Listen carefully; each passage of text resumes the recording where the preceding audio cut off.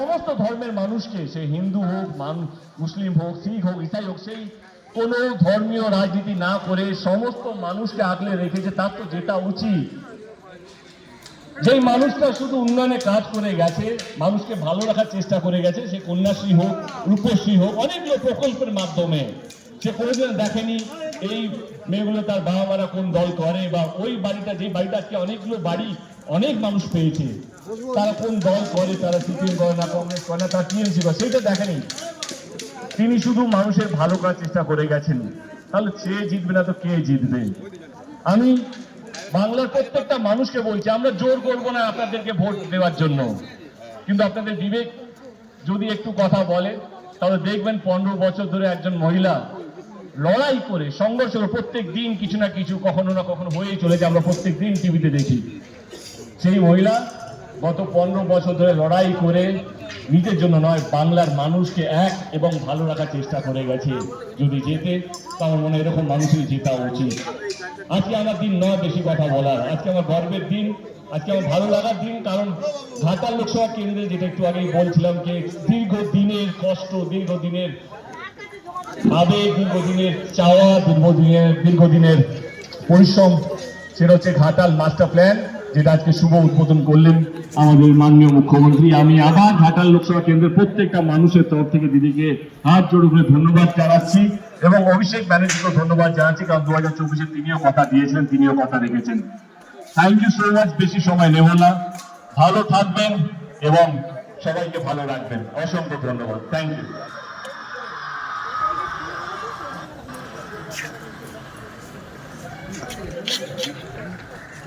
এতক্ষণ এখানে সমবেত আমরা সবাই যার কথা শোনার জন্য অধীর আগ্রহ অপেক্ষা করছি, তিনি অর্থাৎ আমাদের রাজ্যের মাননীয় মুখ্যমন্ত্রী মমতা বন্দ্যোপাধ্যায়কে অনুরোধ করব তার বক্তব্য রাখার জন্য।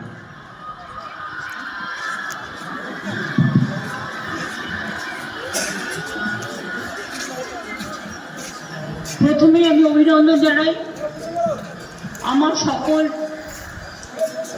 কন্যাশ্রী, শিক্ষাশ্রী, ঐক্যশ্রী, মেধাশ্রী, যুবশ্রী, তরুণের স্বপ্ন, সবুজ সাথী, লক্ষ্মীর ভাণ্ডার, কৃষক বন্ধু, শ্রমশ্রী, আশা, আইসিডিএস, সিভিক, ভিআরপি থেকে শুরু করে, প্যারা টিচার থেকে শুরু করে আরও সকল অগণিত মানুষ, বিভিন্ন ধর্ম, বিভিন্ন বর্ণ, বিভিন্ন জাতি, সকলে যারা এসছেন, সকলকে আমরা অসংখ্য ধন্যবাদ।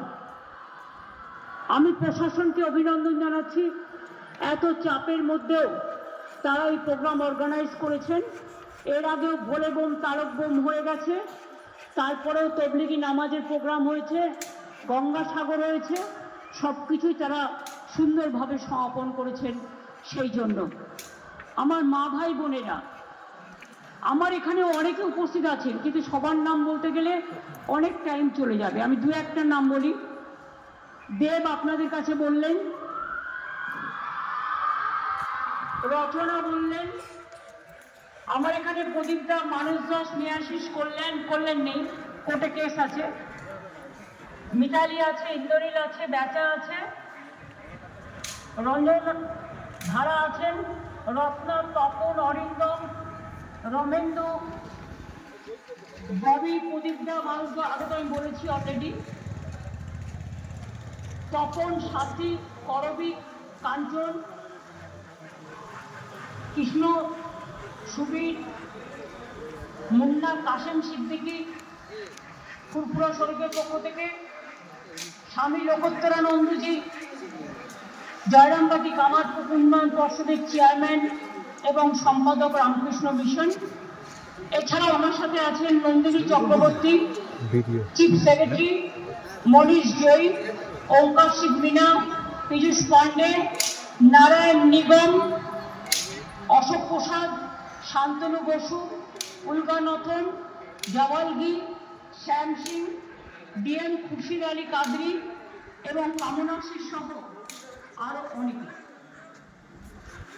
আমি প্রথমেই আমার সমবেদনা জানাচ্ছি এসআইআর চক্রান্তে যারা মারা গিয়েছেন বিএলও থেকে শুরু করে সাধারণ মানুষ ভয়ে আতঙ্কে দিন কাটাচ্ছেন, তাদের পরিবারবর্গকে আজকে সকালবেলায় প্লেন দুর্ঘটনায় মারা গিয়েছেন অজিত পাওয়ার।